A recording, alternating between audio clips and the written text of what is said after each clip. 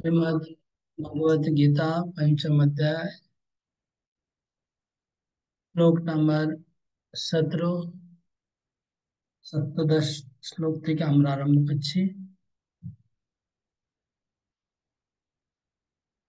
তদ্বুদ্ধয়স্তদাত্মানঃ তন্নিষ্ঠা তৎপরায়ণা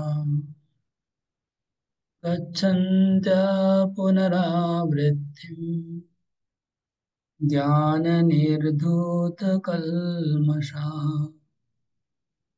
तद्बुद्धयस्तदात्मानः तन्निष्ठा तत्परायणा गच्छन्त्य पुनरावृत्तिम् ज्ञाननिर्धूतकल्मषाः।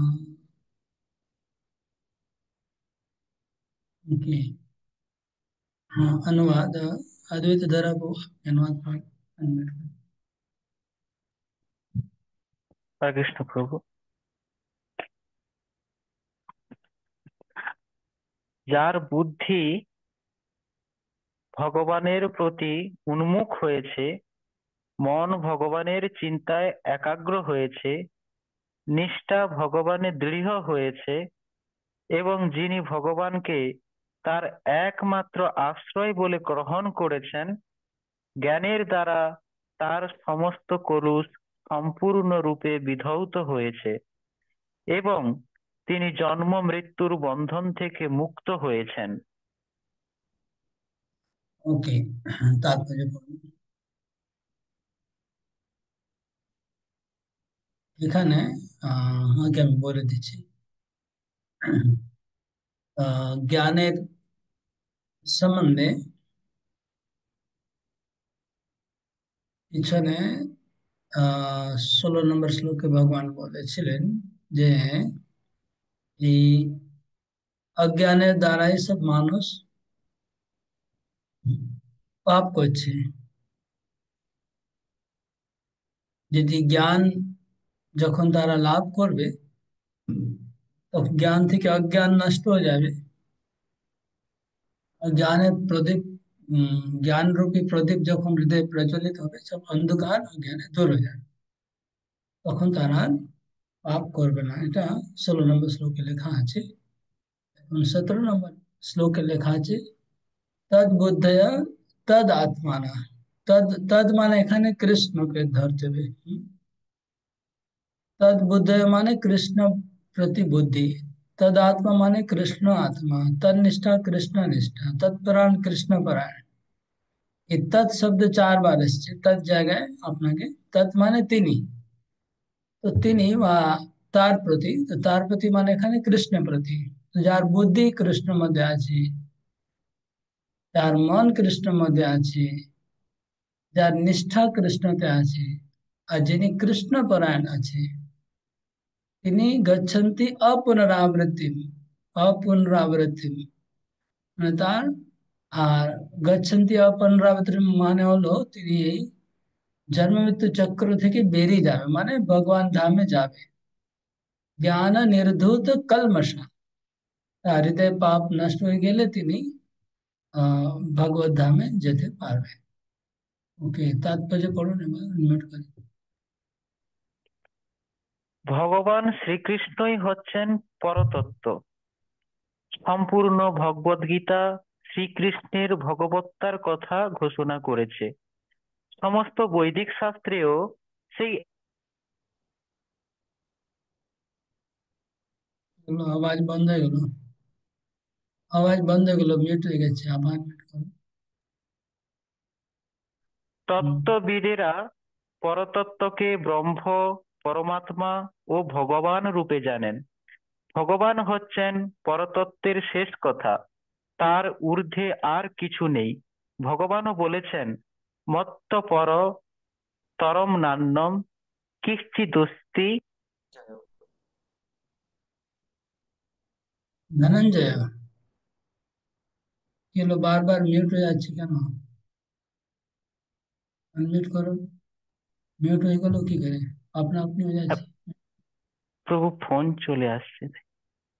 আমার থেকে শ্রেষ্ঠ আর কেউই নেই।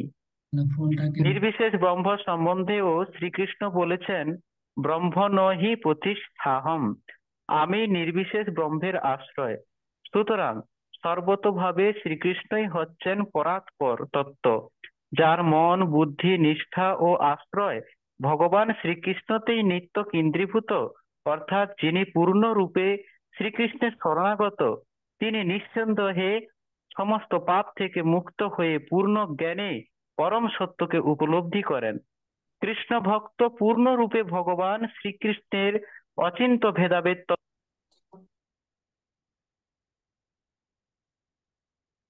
চিন্তা ভেদাভেদ তত্ত্ব উপলব্ধি করতে পারেন। এই দিব্য জ্ঞান প্রাপ্ত হয়ে তিনি অবিচলিত ভাবে মুক্তির পথে এগিয়ে।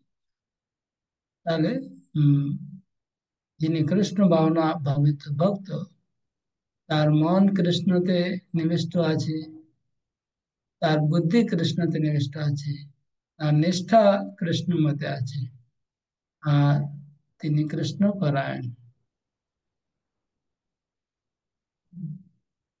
তাহলে আমরা আহ কৃষ্ণের মধ্যে বুদ্ধি আছে এটা তো বোঝা যাচ্ছে, তাই না? আর মন কৃষ্ণের মধ্যে আছে এটা বোঝা যাচ্ছে। আর নিষ্ঠা কৃষ্ণ মানে কি? নিষ্ঠা কৃষ্ণের মধ্যে আছে, এর মানে কি হবে? আর কৃষ্ণ পরায়ণ এর মানে কি হবে?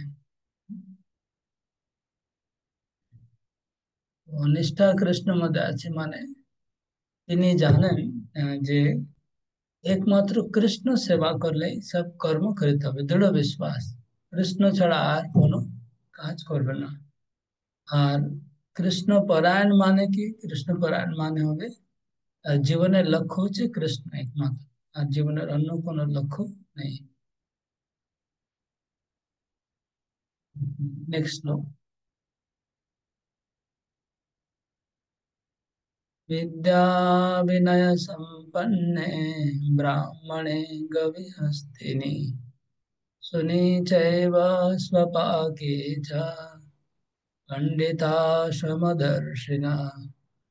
विद्या विनय संपन्ने ब्राह्मणे गविहस्तिनि सुनी चैव स्वपाके च पंडिता समदर्शिना। ओके, श्यामश्री माता আপনি বলুন। হরে কৃষ্ণ প্রভু। অনুবাদ। জ্ঞানবান পণ্ডিতেরা বিদ্যা বিনয় সম্পন্ন ব্রাহ্মণ, গাভী, হস্তি, কুকুর ও চণ্ডাল সকলের প্রতি সমদর্শী হন। ওকে, এখানে আহ ভগবান বলছে সমদর্শী হওয়ার জন্য। কার প্রতি? ব্রাহ্মণের প্রতি, চণ্ডালের প্রতি, গাভীর প্রতি, আর হাতি কুকুর প্রতি, সবার প্রতি সমদর্শী হতে পারে। তাৎপর্য। কৃষ্ণ ভক্ত কখনোই জাতি অথবা কুলের মধ্যে পার্থক্য বিচার করেন না। সমাজ ব্যবস্থার পরিপ্রেক্ষিতে একজন ব্রাহ্মণ একজন চণ্ডালের থেকে আলাদা হতে পারে, অথবা একটি কুকুর, একটি গরু, একটি হাতি জাতিগতভাবে ভিন্ন হতে পারে, কিন্তু ভগবত তত্ত্বজ্ঞানী দৃষ্টিতে এই দেহজাত ভেদগুলি নিরর্থক, কারণ সকলেই ভগবানের সঙ্গে সম্বন্ধযুক্ত। তিনি দেখেন সমস্ত জীবের অন্তরে ভগবান শ্রীকৃষ্ণ তার আংশিক প্রকাশ পরমাত্মা রূপে বিরাজ করছেন। পরমতত্ত্বের এই উপলব্ধি হচ্ছে প্রকৃত জ্ঞান। জাতি বর্ণ নির্বিশেষে সমানভাবে কৃপা করেন ভগবান সকলকেই সমানভাবে কৃপা করেন, কারণ তিনি প্রতিটি জীবকেই তার সখা বলে মনে করেন এবং জীবের অবস্থা নির্বিশেষে পরমাত্মা রূপে সর্বদাই তার সঙ্গে বিরাজ করেন। চণ্ডাল এবং ব্রাহ্মণের দেহ ভিন্ন হলেও ভগবান তাদের উভয়ের সঙ্গেই পরমাত্মা রূপে বিরাজমান।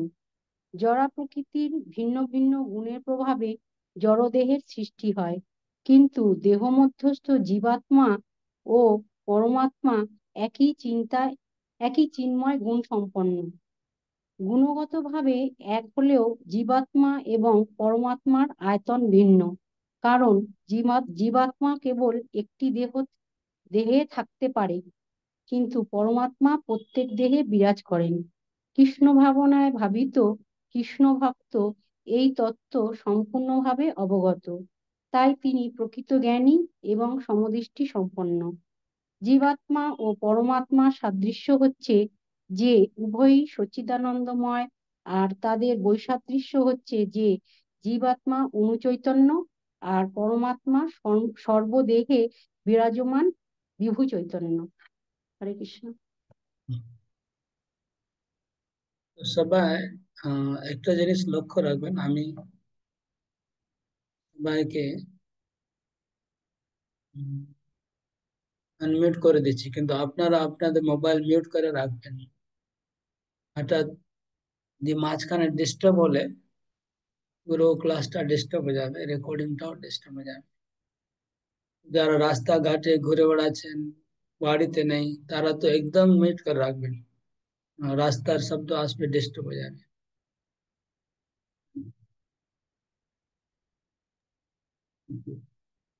যখন কিছু বলার থাকবে জিজ্ঞাসা করবো, আনমিউট করে বলবেন, আবার সঙ্গে সঙ্গে মিউট করে দেবেন। যদি কারো বেশি ডিস্টার্ব হয় আমাকে রিমুভ করতে হবে ক্লাস থেকে। তো এই শ্লোকে সমদর্শী হতে বলছে ভগবান, সমান দৃষ্টি। কিন্তু এই শ্লোকে ভগবান দেখছেন কত কন্ট্রাস্ট আছে, হ্যাঁ? বলা বলা মাত্রই ডিস্টার্ব শুরু করে দিয়েছে, মানে আমি ডিস্টার্ব করার জন্য আপনাদের বলেছি নাকি?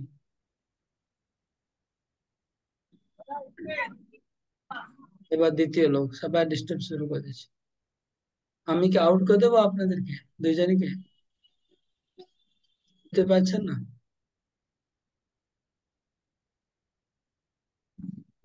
মিউট করতে জানেন না নাকি?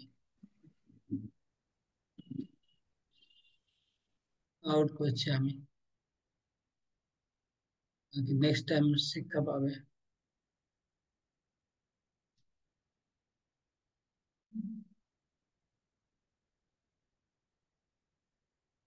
আর কেউ ডিস্টার্ব করবেন, নাহলে আউট করে দেবো। আমাকে একটা বাটন টিপতে হবে, বেশি কিছু করতে লাগে।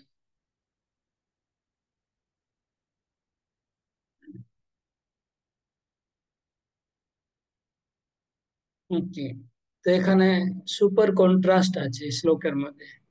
কন্ট্রাস্টটা কি কেউ বলতে পারবে? কি কন্ট্রাস্ট আছে? কন্ট্রাস্ট মানে জানেন কি না? নিশ্চয় জানেন কন্ট্রাস্ট মানে কি। কন্ট্রাস্ট কি আছে বলুন শ্লোকের মধ্যে। বলবো প্রভু, জীব হলো অনুচৈতন্য আর ভগবান হলো বিভু চৈতন্য, এটাই কন্ট্রাস্ট। ওকে, এটা আপনি তাৎপর্য থেকে বললেন, ভালো কথা, ওটাও হ্যাঁ, কন্ট্রাস্ট। মিউট করে দিন, আমি শ্লোক থেকে জিজ্ঞেস করছি।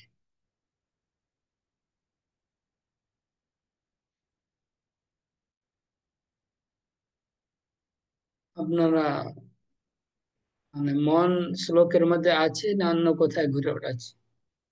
মন থাকে তাহলে এতক্ষণ বলতে লাগে না কন্ট্রাস্ট কি আছে। প্রভু, ব্রাহ্মণ আর পণ্ডিতের মধ্যে। ব্রাহ্মণ আর পণ্ডিত। পণ্ডিত আর ব্রাহ্মণে কোনো কন্ট্রাস্ট আছে কি?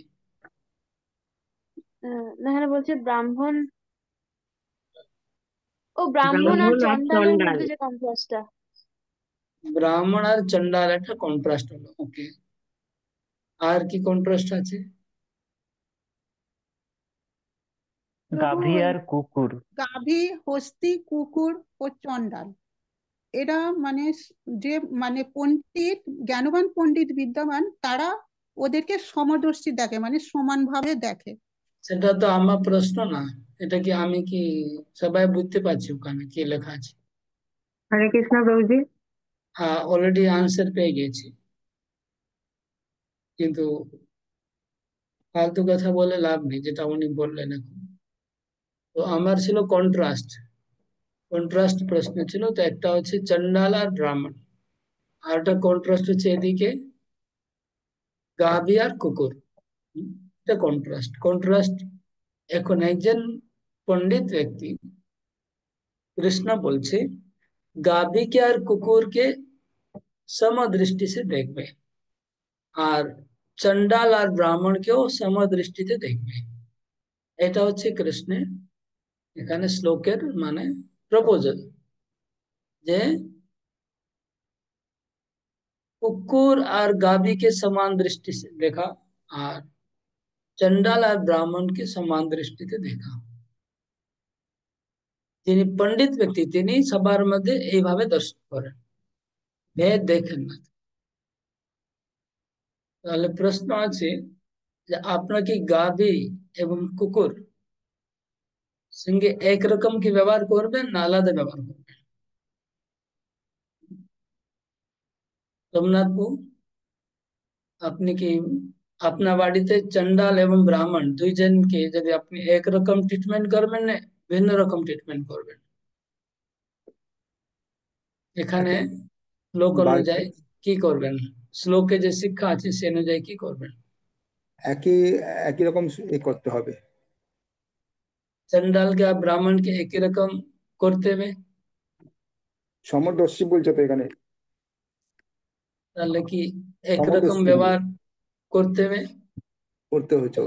মানে আপনি ব্রাহ্মণকে যেরকম আপনার যখন ওই পিতৃপক্ষ পিতৃপক্ষে ব্রাহ্মণকে ডেকে নিয়ে আসছেন, প্রসাদ খাওয়াচ্ছেন, তারপর এরকম চন্ডালকে নিয়ে এসে প্রসাদ খাওয়াবেন বাড়িতে, আর তাকে খাওয়ানো যায়, হ্যাঁ খাওয়াতে পারি।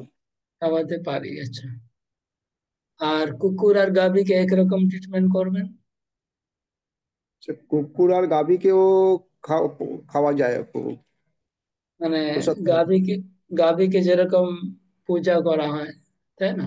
আর কুকুরকে এমনি করা যাবে না, কুকুরকে কুকুরকে পূজা গাভীকে যেমন করবেন? করা যায়, হ্যাঁ, গাভীকে যেমন পুজো করা যায় কুকুরকে করা যায় না, কিন্তু তারপর সমান দর্শী তো দেখাতে পারি, কেন তার মধ্যে প্রাণ আছে, সবকটার মধ্যে তো কৃষ্ণর প্রাণ আছে, ওকে নারায়ণ।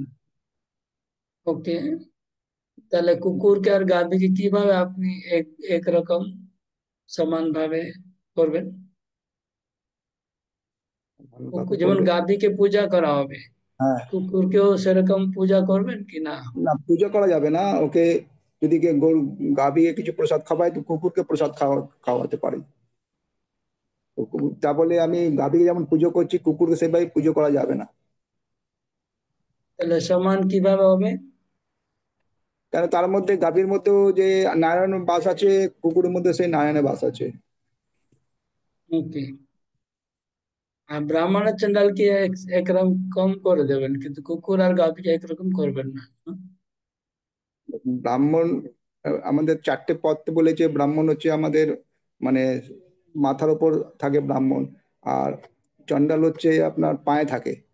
তো আচ্ছা, দুটোকে তো,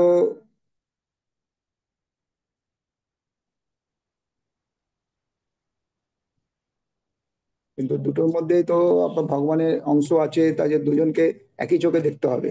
কিন্তু হ্যাঁ, ব্রাহ্মণ হচ্ছে আমাদের পূজনীয়। এবার এবার কিছুটা লাইনে চলে আসছে আপনার উত্তরটা। ঠিক আছে, সবার মধ্যে পরমাত্মা আছে, প্রাণ আছে, সেই অনুযায়ী সবাইকে এক চোখে দেখতে হবে, কিন্তু ব্যবহার একরকম হবে না। ঠিক আছে, ব্যবহার ব্রাহ্মণের সঙ্গে ব্রাহ্মণের মতো ব্যবহার করতে হবে, চন্ডালের কাছে চন্ডালের মতো ব্যবহার করতে হবে, কুকুর কাছে কুকুরের মতো ব্যবহার করতে হবে, গাভীর কাছে গাভীর মতো ব্যবহার করতে হবে। গাভী আর কুকুরকে একরকম ব্যবহার করা চলবে তবে না।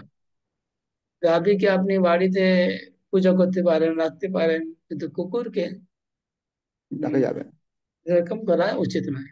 না। এখন কলি যুগে একটু উল্টো চলছে। হুম, হ্যাঁ, কলি গাভীকে যুগের বাইরে প্রভাব করে দিয়েছে। এখন কুকুরকে গাভী আউট আর কুকুর ঘরের মধ্যে ঢুকে ধরে নিয়ে আসছে। কুকুরকে নিয়ে ঘুমাচ্ছিল বলে হ্যাঁ, এই কথা। উল্টো হয়ে গেছে। আর আর এখন অনেক আমাদের আম্বেদকরের কৃপায় হম নিম্ন তাদেরকে এখন টপ পজিশনে বসানো আছে। তো এসব হচ্ছে এই কলিযুগের প্রভাব আছে।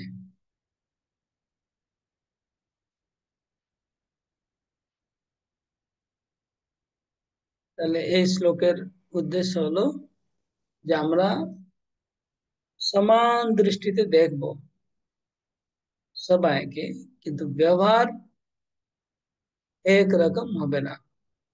ব্রাহ্মণ সিংহে ব্রাহ্মণ ব্যবহার করতে হবে, চंडाल সিংহে চंडाल মত ব্যবহার করতে হবে, যে যেরকম আছে সেরকম ব্যবহার। একজন ভক্ত হুম, যদি ব্রাহ্মণ কুলে থেকে আহ আছে, আর একজন ভক্ত নিম্ন কুল থেকে ভক্ত হয়েছে, অন্য ব্রাহ্মণ না, অব্রাহ্মণ, তাহলে কি ট্রিটমেন্ট একরকম হবে কি ভিন্ন ভিন্ন হবে? ব্যবহার একরকম করবেন না আলাদা রকম করবেন? সবাই যে কোনো বলতে পারে না, আমি শুধু ওনাকে জিজ্ঞেস করছি না, সবাইকে জিজ্ঞেস করছি। প্রভু একই রকম ব্যবহার করব।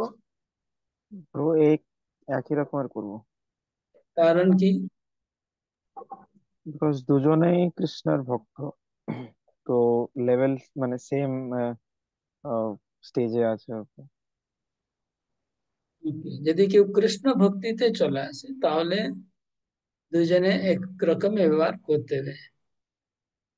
শাস্ত্রে বলছে যদি কেউ বৈষ্ণব হয়ে যায়, বৈষ্ণবের জাতি বুদ্ধি শৈব নারকি, মানে যদি কেউ বৈষ্ণব মধ্যে জাতি বুদ্ধি করে তিনি নরকে গমন করবে। বৈষ্ণব মধ্যে কোন জাতির বৈষ্ণব, ইনি এই জাতির বৈষ্ণব, উনি এই জাতির বৈষ্ণব, বৈষ্ণব হওয়ার পরে জাতির বিবেচনা চলবে না। বৈষ্ণব মানে সব এক জাতি হয়ে গেছে, সব বৈষ্ণব হয়ে গেছে, ভক্ত হয়ে গেছে। ভক্ত জাতি একটাই জাতি, ভক্ত কোন কাস্ট থেকে এসছে সেটা বিচার করা অপরাধ। এবার নেক্সট শ্লোকে আমরা যাব।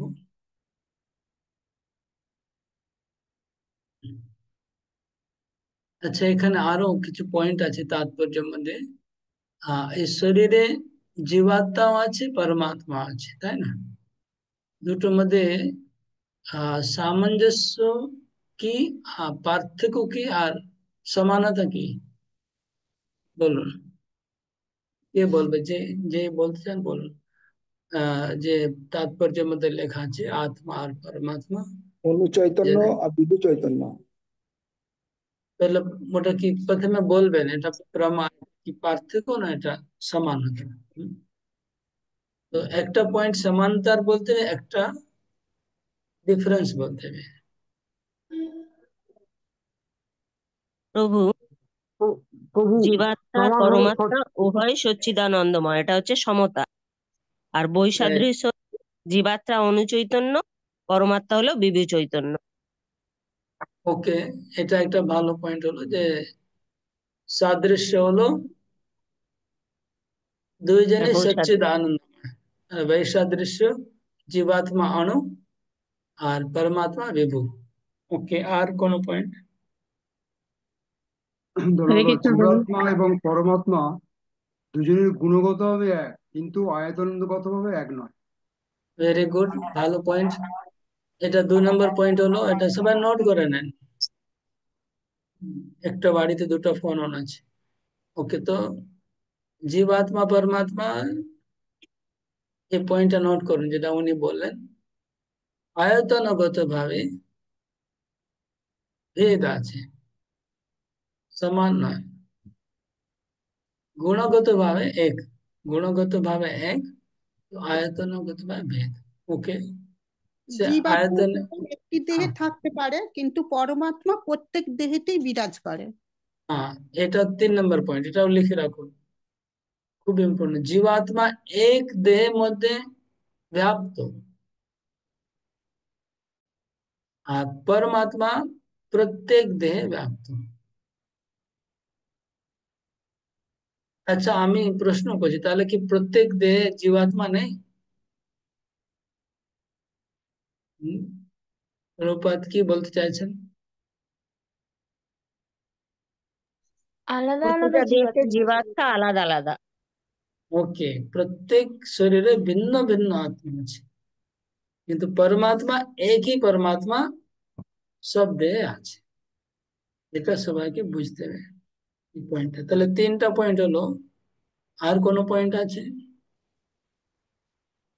পরমাত্মা আর আত্মার সাদৃশ্য বৈসাদৃশ্য। তাহলে এই 3টা পয়েন্ট কমপক্ষে নোট করে রাখুন সবাই। এটা যদি উত্তরের মধ্যে দিতে হয় তাহলে দেবেন।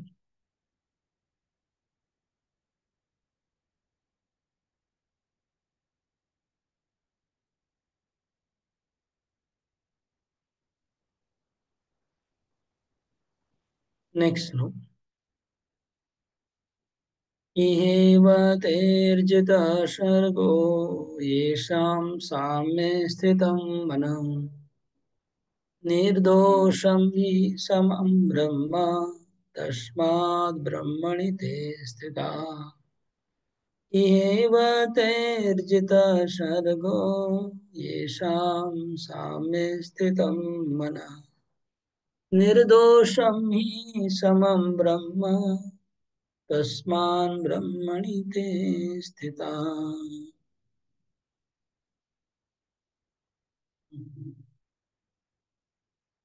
ये परस का पाठ को पढ़ो।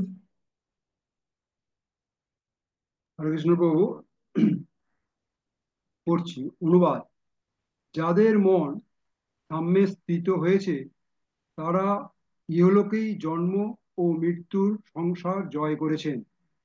তারা ব্রহ্মের মতো নির্দোষ, তাই তারা ব্রহ্মেই অবস্থিত। তাৎপর্য পড়বো প্রভু। हाँ। এই শ্লোকে মনের যে সাম্যস্থিতির কথা বলা হয়েছে তা আত্মোপলব্ধির লক্ষণ। যারা এই স্থিতিপ্রাপ্ত হয়েছেন তারা জড়বন্ধন, বিশেষ করে জন্ম মৃত্যুর বন্ধন থেকে মুক্ত হয়েছেন বলে বুঝতে হবে। যতক্ষণ জীব তার দেহটিকে তার স্বরূপ বলে মনে করে ততক্ষণ তাকে জড়বন্ধনে আবদ্ধ বলে বিবেচনা করা হয়ে থাকে। কিন্তু আত্মোপলব্ধির ফলে যখন সে সাম্যের স্তরে উন্নীত হয় তখন সে জড়বন্ধন থেকে মুক্ত হয়। পক্ষান্তরে তখন আর তাকে এই জড়জগতে জন্মগ্রহণ করতে হয় না। দেহত্যাগ করার পর সে ভগবত ধামে প্রবিষ্ট হয়। রাগ ও দেশ থেকে মুক্ত হওয়ার ফলে ভগবান সম্পূর্ণ নির্দোষ। তেমনি জীবও যখন রাগ ও দেশ থেকে মুক্ত হয় তখন সেও নির্দোষ হয় এবং ভগবত ধামে প্রবেশ করার যোগ্যতা লাভ করে। এই ধরনের মানুষদের জীবমুক্ত বলে বিবেচনা করা হয়ে থাকে এবং তাদের লক্ষণ পরবর্তী শ্লোকে বর্ণনা করা হয়েছে। হরি বল। হরে কৃষ্ণ। প্রণাম প্রভু। तो यदि কেউ রাগ দ্বেষ থেকে মুক্ত হতে পারে, এই রাগ দ্বেষের কথা কেন এলো? রাগ দ্বেষের কথা কেন এলো? এটা পিছনে শ্লোক থেকে কানেকশন আছে। যখন কেউ সমদৃষ্টি से দেখবে, সবাইকে সমদৃষ্টিতে দেখলে আর রাগ দ্বেষ হবে না, মানে ঘৃণা হবে না, কারো প্রতি আসক্তি হবে না। বিষম দৃষ্টিতে দেখলে রাগ দ্বেষ হবে। যেমন ব্রাহ্মণ আর চন্ডাল দুটোকে সমান দৃষ্টিতে দেখা হচ্ছে, কুকুর আর গাভী সমান দৃষ্টি, তাহলে ওখানে রাগ দ্বেষ নেই। রাগ দ্বেষ কখন হচ্ছে? যখন বিষম দৃষ্টিতে দেখছি। যে একজন পাপীকে দেখলে যদি ঘৃণা করা হয়, হুম, তাহলে ওটা বিষম দৃষ্টি হয়ে গেল। তাহলে একজন পাপীকে দেখলে কি মনে করবে? কুকুরকে দেখলে ঘৃণা, কুকুরকে দেখলে ঘৃণা করা উচিত কি? सुअर के देखले घृणा হয় কি? सुअर আর কুকুরকে দেখলে ঘৃণা হয় কি? सुअरকে দেখলে তো অবশ্যই ঘৃণা হয় মনে হয়। হ্যাঁ, হয়।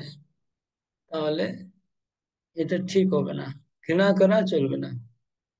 আপনারা স্পর্শ করবেন না সেটা ঠিক আছে, হয়তো স্পর্শ করলে নোংরা লেগে যাবে গায়ে, কিন্তু ঘৃণা করা যাবে না। ওর মধ্যে একজন আত্মা আছে, হুম, যখন কোনো মানুষের কোনো কন্টেজিয়াস ডিসিজ হয়, কোনো শরীরে এমন রোগ হয়েছে যেটা টাচ করলে আমার মধ্যে চলে আসবে, তাহলে সেই লোকটাকে আপনি কি ঘৃণা করবেন, করেন কি? মানুষে ঘৃণা করে, তার কাছে যায় না, তাকে সবাই সরিয়ে দেয়, সরিয়ে দেয়, কিন্তু বাস্তবিক ঘৃণা করা উচিত নয়। আপনার স্পর্শ করবেন না সেটা ঠিক আছে, কিন্তু ঘৃণা করলে, তো এখানে এই শ্লোকে বলা হচ্ছে যিনি এই রাগ আর দ্বেষ থেকে টোটালি মুক্ত হয়ে গেছে, তিনি এই জীবনেই মুক্ত হয়ে গেছে, তার আর বন্ধন নেই। মানে ইহেব তের জিত স্বর্গো येषां साम्य स्थितम मना निर्दोषम मे समम ब्रह्म तस्मान ब्रह्मणि ते स्थिता। ये तो भगवान হচ্ছে निर्दोष। ভগবান কোনো জীবকে ঘৃণা অথবা দ্বেষ করেন না, রাগ দ্বেষ করেন না।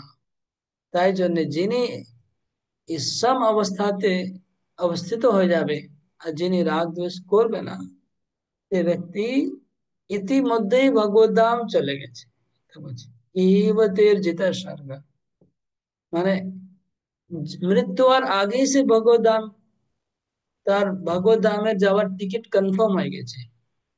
যদি আপনারা ভগবত ধাম যাওয়ার টিকিট কনফার্ম করতে চান এক্ষুনি, তাহলে এই শ্লোকে ভগবান বলছে যে সাম্য অবস্থা, রাগ দ্বেষ থেকে মুক্ত, ভেদ না করে সবাইকে ভগবানের ভগবানের সন্তান, ভগবানের অংশ বলে সবার মধ্যে দেখা। বিশেষ করে যেখানে যেখানে আমাদের দ্বেষ হচ্ছে আমাদের মনের মধ্যে, সেই পয়েন্ট গুলো খুঁজে বের করা, কোন কোন জায়গায় আমার দ্বেষ আসছে, সেটাকেই প্রথমে খণ্ডন করতে হবে। আর কোন কোন জায়গায় আমার রাগ আসছে সেটা খণ্ডন করতে হবে।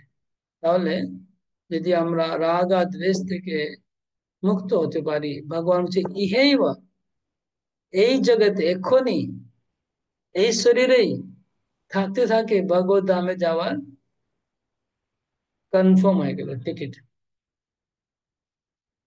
তাহলে এই শ্লোকে যদি কেউ জিজ্ঞেস করে যে ভগবত ধামে যাওয়ার কনফার্ম টিকিট মানে কি, কি করে পাওয়া যায়, তাহলে এই শ্লোকটা ভগবান দিয়েছে। ইহৈব তের্জিতা স্বর্গো येषां साम्ये स्थितं मना निर्दोषं मे समं ब्रह्म तस्मान् ब्रह्मणि ते स्थिता।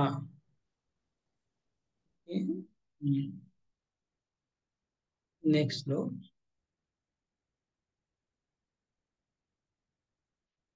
তো যারা ভগবত ধামে যাওয়ার যোগ্য হয়ে গেছে, তার লক্ষণগুলি আগে কয়েকটা শ্লোকে বলা হবে। যারা ভগবত ধামে প্রবেশ করার যোগ্যতা প্রাপ্ত হয়ে গেছে, যার এখানে লেখা আছে তাৎপর্য শেষ লাইনে দেখুন, ভগবত ধামে প্রবেশ করার যোগ্যতা লাভ করেছে, তাদের লক্ষণগুলি আগে বলা হচ্ছে। এরপরে যে শ্লোকগুলো এখন আমরা পড়বো, এই লক্ষণ হচ্ছে ভগবত ধাম যাওয়ার যোগ্যতা। সেটা খুব ভালো করে শুনবেন কি আছে।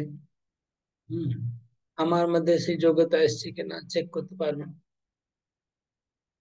না প্রহৃষ্যেত প্রিয়ম প্রাপ্য নোদ্বিজেত প্রাপ্য চা প্রিয়ম स्थिरबुद्धिरसम्मूढो ब्रह्मविद् ब्रह्मणि स्थितः न प्रहृष्येत् प्रियं प्राप्य नोद्विजेत् प्राप्य च प्रियम् स्थिरबुद्धिरसम्मूढो ब्रह्मविद् ब्रह्मणि स्थितः।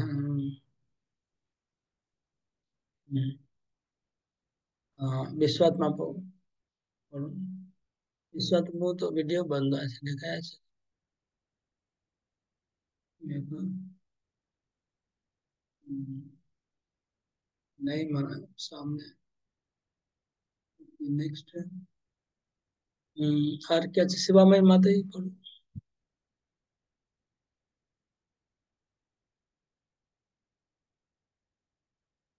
কি হলো, আনমিউট করেন না? শুনতে পাচ্ছেন না নাকি? আমার আওয়াজ যাচ্ছে না? আর কে আছে? নেক্সট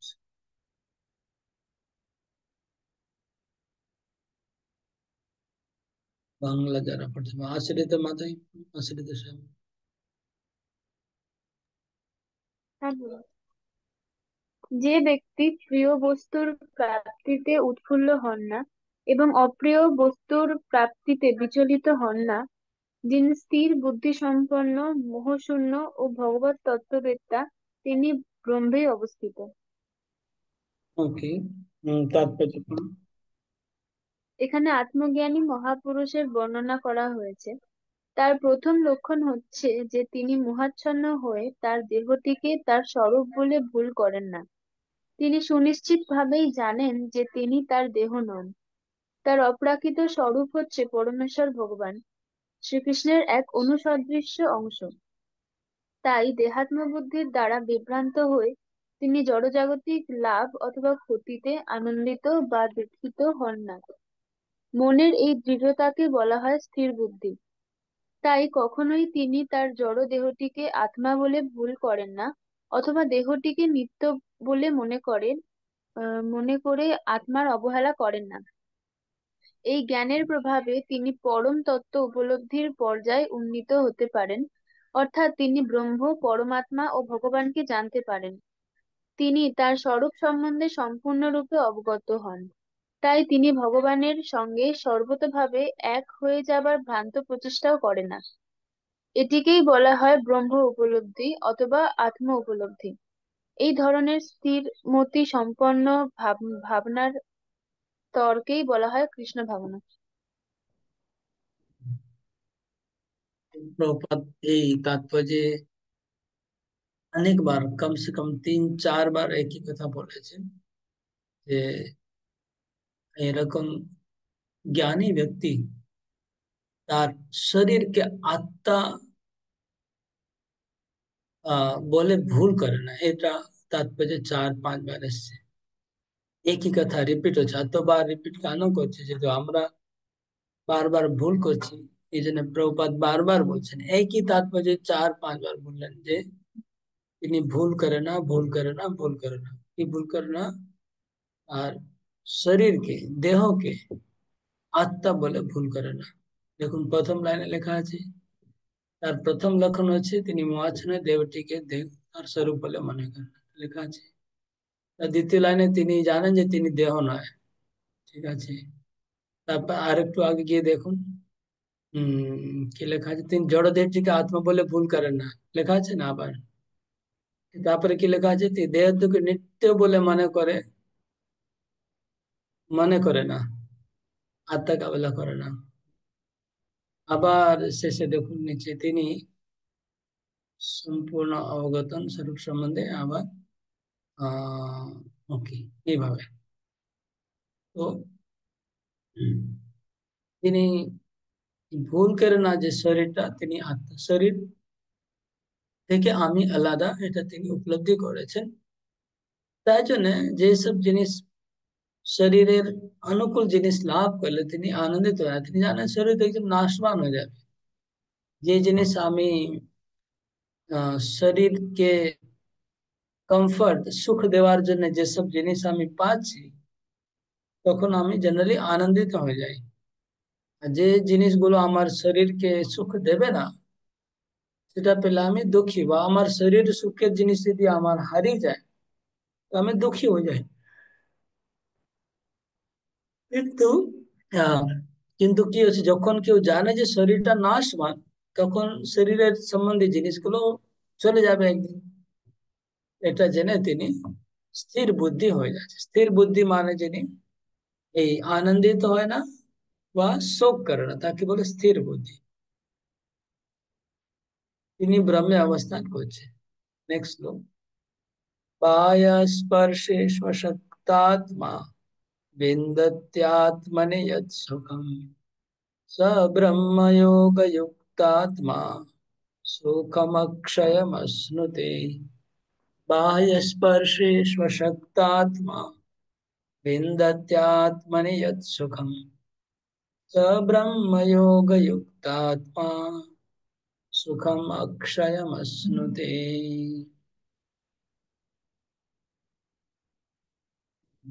रंजित चौधरी को पढ़ो।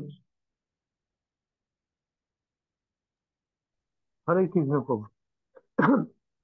সেই প্রকার ব্রহ্মবিদ পুরুষ কোন রকম জড় ইন্দ্রিয় সুখ ভোগের প্রতি আকৃষ্ট হন না। তিনি চিৎকর সুখ লাভ করেন, চিন্ময় সুখ লাভ করেন। ব্রহ্মে যোগযুক্ত হয়ে তিনি অক্ষয় সুখ ভোগ করেন। তাৎপর্য: কৃষ্ণ ভাবনা ভাবিত মহাভাগবত শ্রী যমুনাচার্য বলছেন। আচ্ছা স্যার প্রভু, আমি এটা পড়ছি। अच्छा श्लोकটা আমি পড়ে দিস তাহলে। হ্যাঁ। यदवदि मम चेत कृष्ण पदारविन्दे नव नवरसधामनि उद्यतं रन्थभाषित तदवधि बत नारी संगम स्मर्यमाणे भवति मुखं विकार सुष्ठु निष्ठीवनं च। হরে কৃষ্ণ প্রভু। যখন থেকে আমি ভগবত ভক্তি লাভ করে ভগবান শ্রীকৃষ্ণের পদার বিন্দে সেবার সেবায় রত হয়ে নব নব রস আস্বাদন করেছি, তখন থেকে নারী সঙ্গমের কথা মনে হলে সেই চিন্তায় উদ্দেশ্যে আমি থুতু ফেলি এবং ঘৃণায় আমার মুখ বিকৃত হয়। ব্রহ্মযোগী বা কৃষ্ণ ভাবনায় ভাবিত ভক্ত ভগবানের প্রেমময় সেবায় এতই তন্ময় থাকেন যে তখন আর ইন্দ্রিয় সুখ ভোগ করবার বাসনার প্রতি তার লেশমাত্র রুচি থাকে না। জড় জগতে শ্রীসঙ্গ করাটাই হচ্ছে পরম সুখ। সমগ্র বিশ্ব এরই মোহে চালিত হচ্ছে।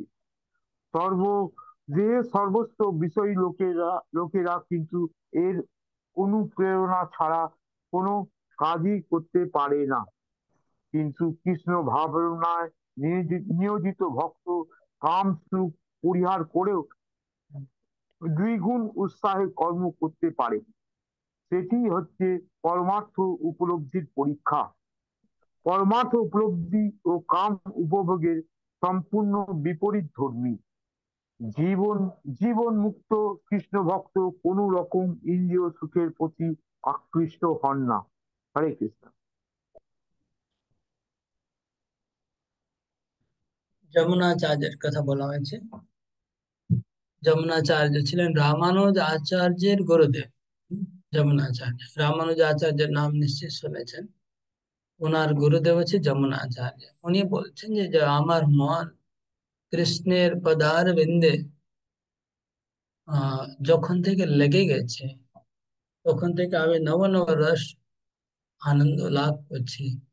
এখন আমার কখনো বাই চান্স যদি আমার মনে মধ্যে এই স্ত্রী সুখের কথা মনে পড়ে, তো সেই সেই যে চিন্তা আসছে মাথায়, সেই চিন্তা উপরে থুথু ফেলতে ইচ্ছা করে। এমন বিরক্ত হয়ে গেছে তিনি ভগবানের প্রতি, এত উপরে তিনি ভগবানের প্রতি আসক্ত হয়ে গেছেন, জড় সুখের প্রতি বিরক্ত হয়ে গেছেন। ওকে, তাহলে এখানে তাৎপর্য প্রভুপাদ বলছেন এর আগে তারপরে খুব ইম্পর্টেন্ট লাইন আছে, আপনারা নোট করবেন। এখানে প্রভুপাদ বলছেন যে জড় জাগতিক লোকেরা এই ধরনের সুখের অনুপ্রেরণা ছাড়া কোনো পরিশ্রম করতে পারে না। এটাকে আন্ডারলাইন করে দিন। কিন্তু ভক্তরা এই ধরনের কাম সুখের অনুপ্রেরণা ছাড়াই দ্বিগুণ উৎসাহের সঙ্গে কাজ করে থাকে। এটাকে আন্ডারলাইন করুন, এটা আর শিক্ষণীয় আছে। সারা পৃথিবীর মানুষ এত পরিশ্রম করে, তার পিছনে অনুপ্রেরণা কিন্তু একমাত্র হচ্ছে পরিবার সুখ। যদি পরিবার সুখ না থাকতো তাহলে পৃথিবীতে কোনো মানুষ কিন্তু কাজ করতো না, সবাই অলস হয়ে পড়ে থাকতো। এটা নিশ্চিত ভাবে জেনে নিতে হবে। যত মানুষ পরিশ্রম করছে একমাত্র পরিবারের জন্য, সুখের জন্য। এই জন্য আমি দেখেছি, মানে আমার ব্যক্তিগত ভাবে দেখেছি, কিছু কিছু লোক আছে যাদের আর পরিবার নেই, তার স্ত্রী নেই, ছেলে নেই, সবাই মরে গেছে। তার কোনো কাজ করতে ইচ্ছে করে, তারা সারাদিন ঘুমে থাকে, অলস থাকে, তাদের জীবন মানে জীবনটা বেকার ভাবে কাজ কাটাচ্ছে। মানে কোনো উৎসাহ নেই সংসারে, কোনো উৎসাহ নেই তাদের। আর যাদের পরিবার আছে তাদের উৎসাহ থাকে, তো এটা একটা কারণ। তাই জন্য হম আমেরিকাতে একটা ঘটনা ঘটেছিল যে আমেরিকাতে কিছু মানুষ, রিপোর্টার, তারা বলছে যে এই ইসকনের ভক্তরা রাস্তায় দাঁড়িয়ে দাঁড়িয়ে বই বিক্রি করছে। তো এত পরিশ্রম করছে কেন ওরা, কোথা থেকে এই উৎসাহ পাচ্ছে? নিশ্চয়ই এর পিছনে কিছু ব্যাপার আছে। এরা নিশ্চয়ই কিছু পিছনে কিছু কালো কিছু ব্যাপার আছে, নাহলে এত আনন্দ পাবে কেন? ওদের ওদের মুখে সবসময় আনন্দ কেন? কিছু নিশ্চয়ই কিছু ভিতরে ব্যাপার আছে। মানে ওরা এরকম সন্দেহ করছে, কেননা প্রভুপাদ কাছে খবরটা আসছে। প্রভুপাদ বলছে দেখো ওরা সন্দেহ কেন করছে, ওরা ভাবতেই পারছে না যে ইন্দ্রিয় সুখ ছাড়াও পরিশ্রম করা যেতে পারে। এটা ওরা ভাবতেই পারছে না, কেন সারা পৃথিবীর মানুষ পরিশ্রম একমাত্র ইন্দ্রিয় তৃপ্তি করার জন্যই করে। আমেরিকাতে তো স্ট্যান্ডার্ড আছে, তো সোমবার থেকে শুক্রবার পর্যন্ত পরিশ্রম করবে, শনি রবিবারে শুধু ইন্দ্রিয় তৃপ্তি করবে, ফিক্সড। সব হোটেল, সব ক্লাব শনি রবিবারে ফুল, সোম থেকে শুক্র খালি। তো ওরা মনে করে যে ওই সুখ পাওয়ার জন্যই সারা সপ্তাহ খাটনি করছে ওরা, যাতে শনিবারে কিছু সুখ পাবে। এখন ভক্তরা তো কোনো ক্লাবে যাচ্ছে না, কোনো হোটেলে যাচ্ছে না, তাহলে এত পরিশ্রম কেন করছে? ওদের বিশ্বাসই হচ্ছে না। কিন্তু এটাই আশ্চর্য যে ভক্তরা কি আনন্দ পাচ্ছে, ভগবানের ভক্তি করে এত আনন্দ পাচ্ছে যে তাদের কোনো কাম সুখ ছাড়াও তারা বাইরের লোক থেকে দ্বিগুণ পরিশ্রম করতে পারছে ভক্তরা। এটাই আশ্চর্য। বাইরের লোকেরা এরকম রাস্তায় দাঁড়িয়ে বই বিক্রি করতে পারবে না যেরকম ভক্তরা করে থাকে, তাই না? বাইরের লোকেরা রাস্তায় হেঁটে হেঁটে কীর্তন করবে না, টাকা দিলেও মন দিয়ে করবে না। যদি টাকা দিয়ে দিয়ে আপনি বলেন কিছু লোককে টাকা দিয়ে নিয়ে আসুন যে আপনারা কীর্তন করুন, রাস্তায় হেঁটে হেঁটে কীর্তন করতে হবে, তো ভক্তরা যে নিঃস্বার্থে যত আনন্দে কীর্তন করবে, টাকাওয়ালা লোক এত আনন্দে এত ভালো কীর্তন করে দেবে না। এটাই হচ্ছে পার্থক্য। ভগবানের ভক্তরা খুব উৎসাহ সহকারে কাজ করে, প্রেরণা পায়, ভগবানের সেবা করে। বাইরের লোকেরা প্রেরণা পায় ইন্দ্রিয় সুখ থেকে। 22 নম্বর শ্লোক, 22 নম্বর শ্লোকটা খুব ইম্পর্টেন্ট শ্লোক। এটা মুখস্থ মধ্যেও আছে, এটা মুখস্থ করতে হবে 22 নম্বর শ্লোকটা। ये हि संस्पर्शजा भोगा दुःखायोनय एव ते आद्यन्तवन्त कौन्तेय न तेषु रमते बुधा। ये हि संस्पर्शजा भोगा दुःखायोनय एव ते आद्यन्तवन्त कौन्तेय न तेषु रमते बुधा।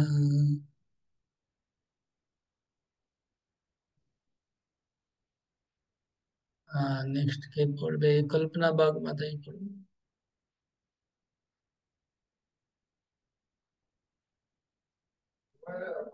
হরে কৃষ্ণ প্রভু প্রণাম। অনুবাদ: বিবেকবান পুরুষ দুঃখের কারণ যে ইন্দ্রিয়জাত বিষয়ভোগ তাতে আসক্ত হন না। হে কৈন্তেয়, এই ধরনের সুখভোগ আদি ও অন্ত বিশিষ্ট, তাই জ্ঞানী ব্যক্তিরা তাতে প্রীতি লাভ করেন না। তাৎপর্য পড়ব।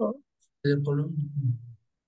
তাৎপর্য: জড় ইন্দ্রিয় ও বিষয়ের সংযোগের ফলে ইন্দ্রিয় সুখানুভূতির উদয় হয়, কিন্তু এই ইন্দ্রিয়গুলি অনিত্য, কারণ দেহটি অনিত্য। জীবনমুক্ত পুরুষ কখনো অনিত্য বিষয়ের প্রতি আকৃষ্ট হন না। অপ্রাকৃত আনন্দের স্বাদ পাবার পরে কিভাবে তিনি অনিত্য জড় সুখভোগের প্রয়াসী হতে পারেন পদ্ম পুরাণে বলা হয়েছে।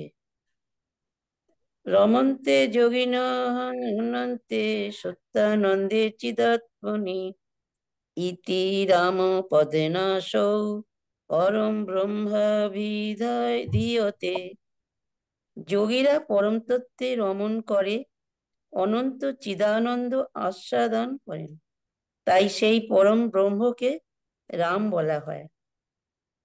হরে কৃষ্ণ প্রভু। আর পড়বো? ওকে, এটুকু আমি এক্সপ্লেন করি।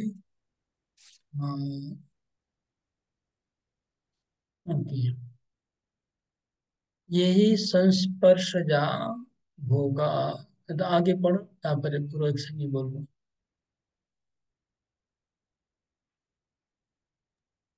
आगे पढ़ो योगीरा।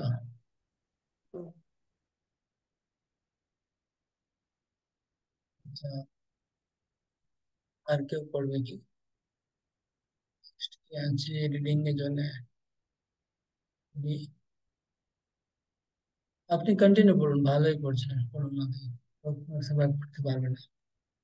হরে কৃষ্ণ প্রভু।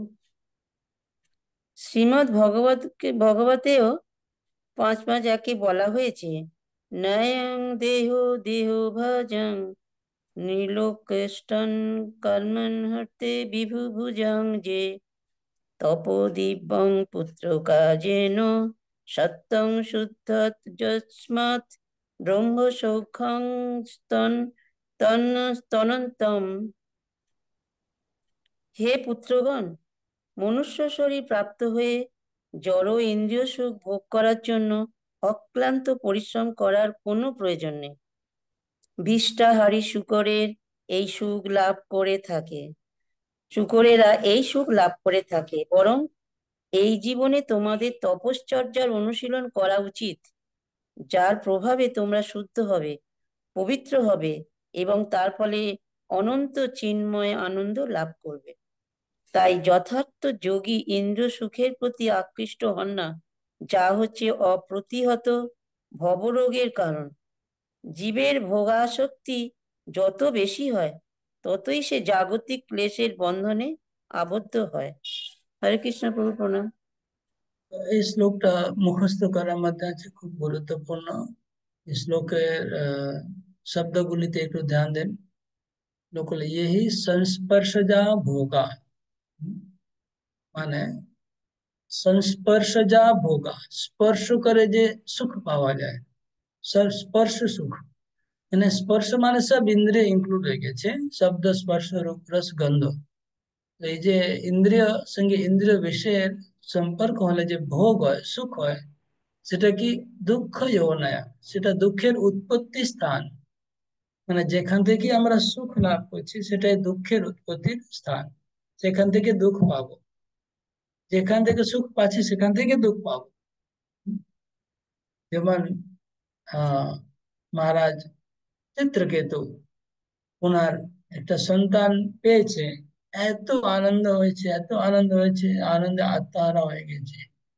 যখন সন্তান মারা গেছে তো প্রচুর কষ্ট পেয়েছে, এত কষ্ট পেয়েছে যে আর কান্না করে যাচ্ছে, কান্নাই করে যাচ্ছে। এটা আছে যেখান থেকে আমরা খুব বেশি সুখ লাভ করছি সেখান থেকে দুঃখ পাবো, এটা বলছি। স্পেশালি ইন্দ্রিয় সুখের ব্যাপারে, যেমন আমি আইসক্রিম খাই, আইসক্রিম খাওয়ার আনন্দ পেতে গেলে তারপরে আবার গলা খারাপ হবে, সেটা দুঃখ হবে। এরকম প্রত্যেক সুখের পিছনে দুঃখ লুকানো আছে। আর কি আদ্যন্তবন্ত সব সুখের এই নাশবান সুখ বেশি দিন টিকবে না। তাই জন্য না তেষু রমতে বুধ, তাই জন্য বুদ্ধিমান ব্যক্তি এই ধরনের সুখে আনন্দ উপভোগ করবে না, এই ধরনের সুখের পিছনে তিনি ছুটবে না। যা ভগবান বলছে না তেষু রমতে বুধ। ওকে, এবার তাৎপর্য দুটা শ্লোক কোট করছেন প্রভুপাদ, একটা পদ্ম পুরাণ থেকে। রমন্তে যোগিনো অনন্তে সত্যানন্দ চিদাত্মনি, যারা যোগী তারা রমন্তে, তারা রমণ করেন। কোথায় রমণ করেন? সত্য আনন্দ আর চিদান মানে সচ্চিত আনন্দ। সত্য মানে সৎ, আনন্দে মানে আনন্দ, আর চিদ মানে চিদাত্মনি মানে চিদ, মানে সচ্চিত আনন্দ। যোগীরা সচ্চিত আনন্দ মানে আধ্যাত্মিক আনন্দে তিনি রমণ করেন। এই জন্য রাম নামে তারা উচ্চারণ করেন, রাম পদে রাসু ইতি ব্রহ্মাভি ধীয়তে। এই জন্য ব্রহ্মকে রাম বলা হয়, কেননা ব্রহ্মের মধ্যে তারা রমণ করেন যোগীরা, তাই জন্য ব্রহ্মের একটা নাম হচ্ছে রাম, আনন্দ প্রদান করেন। তাহলে ভক্তরা বা যোগীরা আনন্দ পান, কোথায় আনন্দ পান? ব্রহ্মের আনন্দ, সচ্চিদ আনন্দ, আনন্দ জড় আনন্দ না। বা নিচে আরেকটা শ্লোকে ভগবান ঋষভদেব বলেছেন যে তার পুত্রকে শিক্ষা দিয়েছেন, হে পুত্রগণ, এই শরীরটা এই শরীরটা অত্যন্ত দুর্লভ। এই শরীরটা আমরা লাভ করেছি তপস্যা করে ভগবত ধামে যাওয়ার জন্য। ইন্দ্র সুখ পাওয়ার জন্য তো আহ নিম্ন শরীরে কুকুর আর শুকর এই জনিতেও ভোগ করা যাবে, যদি ভোগ করতে হয় তাহলে নিম্ন শরীরেও করা যাবে, কিন্তু এই যে মানুষের শরীরে ভগবত ধামে যাওয়া যাবে তপস্যা করে, সেটা অন্য কোনো শরীরে হবে না। তাই জন্য যারা যারা মানুষ শরীর লাভ করেছেন তাদের উচিত যে এই শরীরটাকে ইন্দ্র সুখের পিছনে নষ্ট না করে ভগবত ধামে যাওয়ার জন্য শরীরটাকে ব্যবহার করা, এটাই। আর একটু তপস্যা করা, তপস্যা মানে ইন্দ্রিয় সুখ থেকে বিরত থাকা, এটা অভ্যাস করা উচিত। হরে কৃষ্ণ, এখানে আজকে থাকবে। হরে কৃষ্ণ কৃষ্ণ কৃষ্ণ হরে হরে, হরে রাম রাম রাম হরে হরে।